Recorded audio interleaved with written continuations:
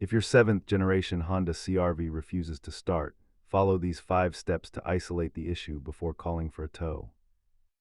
Statistics show that 80% of no-start issues in modern vehicles are simply due to a dead or depleted battery.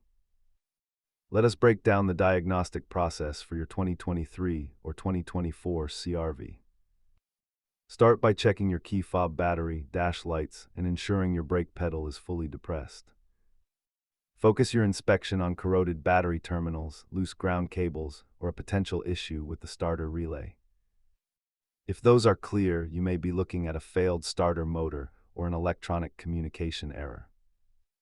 Most terminal cleaning and jump starting can be done at home, but internal electrical faults require professional equipment. This chart shows that battery issues remain the most frequent culprit for CR-V start failure. Have a multimeter, a wire brush, and a basic wrench set ready before you start tinkering under the hood. Always prioritize safety by disconnecting the negative battery lead before performing any electrical service.